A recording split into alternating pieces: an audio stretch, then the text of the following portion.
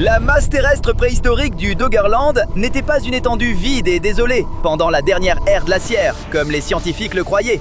Elle était vivante, pleine d'arbres, d'animaux et peut-être même de gens. Et puis la mer du Nord a tout englouti, comme si rien n'avait jamais existé. Alors non, le Doggerland n'était pas un immense chenil géant pour chiens, même si ça aurait été cool. C'était une vaste étendue de terre qui reliait autrefois la Grande-Bretagne au continent européen. On aurait pu le traverser à pied depuis l'Angleterre actuelle jusqu'aux Pays-Bas sans voir la moindre étendue d'eau. Des rivières le sillonnaient, des animaux y migraient. Et les premiers humains suivaient probablement ces mêmes routes, chassant, cueillant et bâtissant leur vie sur cette terre. Puis, les glaciers ont fondu et le niveau de la mer a commencé à monter. Le Doggerland se noyait lentement.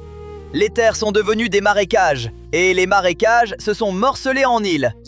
Les îles rétrécissaient d'année en année, les sentiers forestiers se transformaient en marais, les rivières s'élargissaient en chenaux, et finalement, il y a entre 10 000 et 7 000 ans, la mer a achevé le travail.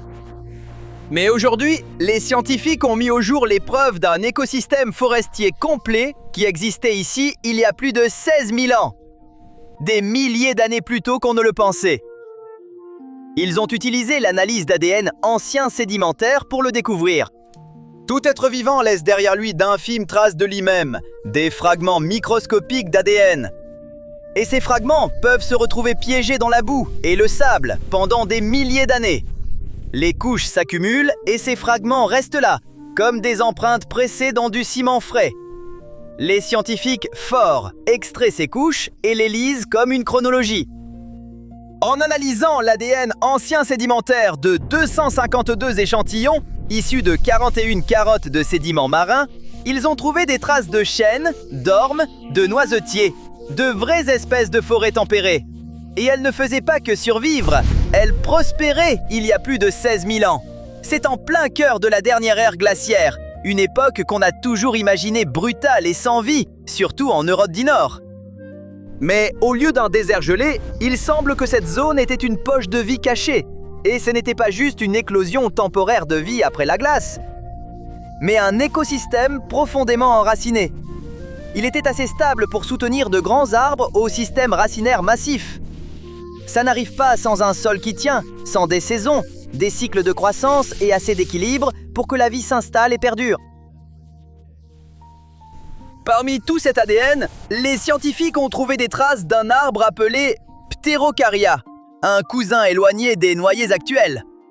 Le plus étrange, c'est que les chercheurs pensaient qu'il avait disparu de cette région il y a environ 400 000 ans. Mais d'une manière ou d'une autre, il a tenu bon ici. Et ce détail change notre compréhension de l'extinction. Ça pourrait signifier que les espèces ne disparaissent pas toujours complètement. Parfois, elles se replient et survivent dans de petites poches. On ne les a juste pas encore découvertes. Tout cela signifie que des parties du Doggerland sont probablement restées émergées lors d'événements majeurs d'inondation, comme le tsunami de Storegga il y a environ 8150 ans. Ça veut dire que cette terre n'a pas simplement disparu, elle a résisté. Elle s'est fragmentée lentement, tenant bon par morceaux avant de disparaître définitivement. Mais en fait, tout ça existe encore, ce n'est plus vivant ni visible. Mais c'est préservé sous des couches de fond marin et des kilomètres d'eau de mer. Des navires passent au-dessus chaque jour, des vagues le balaient. Si on pouvait vider la mer du Nord un instant, on verrait ces anciens lits de rivières creusés dans la terre, des couches de sol et peut-être même des racines préservées là où des arbres se dressaient autrefois. Autre détail fascinant, les scientifiques pensent que le Doggerland pourrait expliquer pourquoi les traces des premiers humains en Grande-Bretagne semblent si dispersées.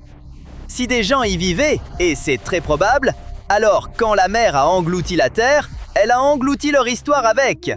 Campements, outils, sentiers, des communautés entières, tout a disparu. Le Doggerland n'est pas une anomalie isolée, alors passons à l'extrême opposé.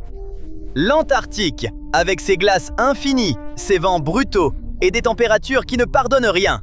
On le regarde et on se dit que rien ne survit ici.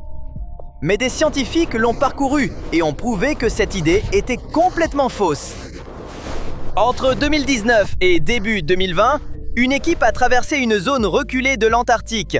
Leurs instruments ont détecté quelque chose d'étrange sous leurs pieds. Pas de la glace solide comme prévu, mais quelque chose de plus mou. Alors, ils ont foré, couche après couche, jusqu'à environ 12 mètres de profondeur. Et là, ils ont trouvé l'impossible, de l'eau liquide. C'était un lac caché sous la glace, dans l'un des environnements les plus hostiles de la Terre. Ils ont analysé l'eau pour comprendre d'où elle venait. Parce qu'ici, il neige très peu. Le vent arrache l'humidité. Le soleil évapore le peu qui reste. Alors, comment un lac survit-il ici? La réponse, c'est la chimie. D'infimes traces de matériaux dissous dans l'eau ont aidé les scientifiques à trouver une source cachée.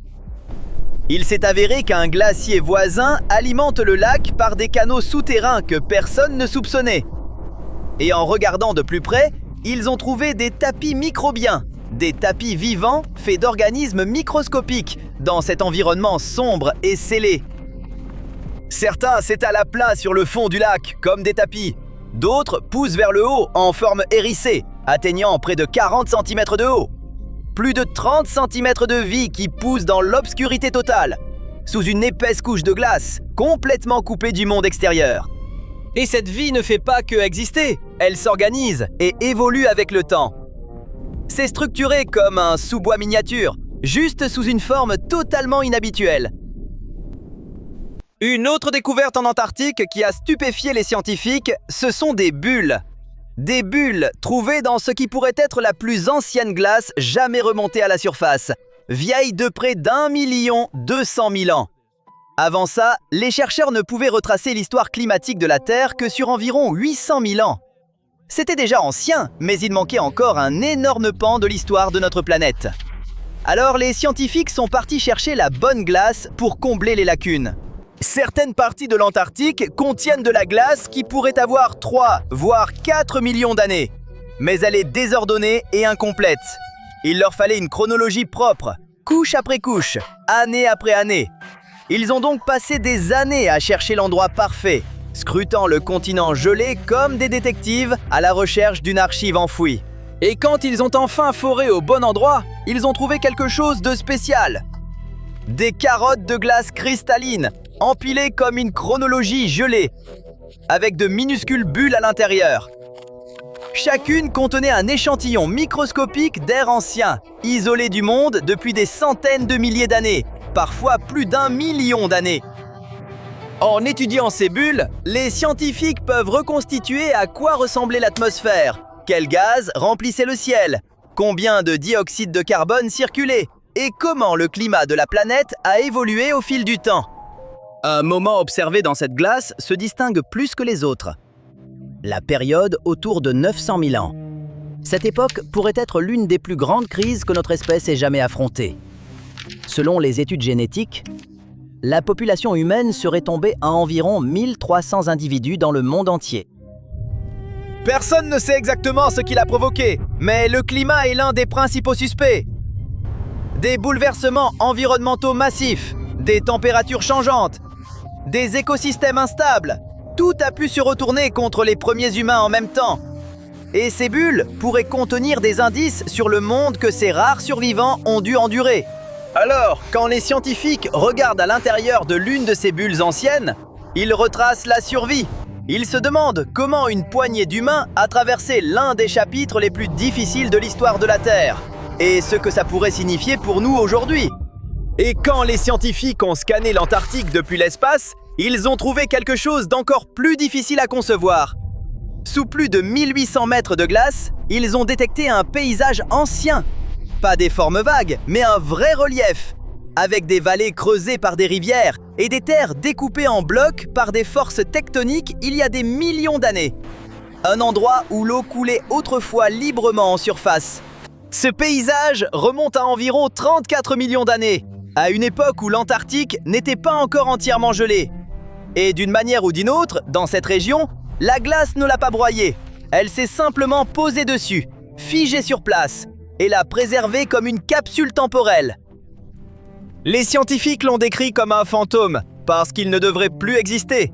La plupart des paysages sont remodelés, effacés, recyclés par la Terre au fil du temps. Mais celui-ci est simplement resté. Quand on relit tout ça, on voit que la Terre ne change pas lentement et de façon prévisible. Elle cache des choses, des écosystèmes entiers, des histoires. On se promène en pensant connaître cette planète, mais sous nos pieds, sous les océans, la glace et les couches du temps, il y a des mondes entiers qu'on n'a même pas encore effleurés.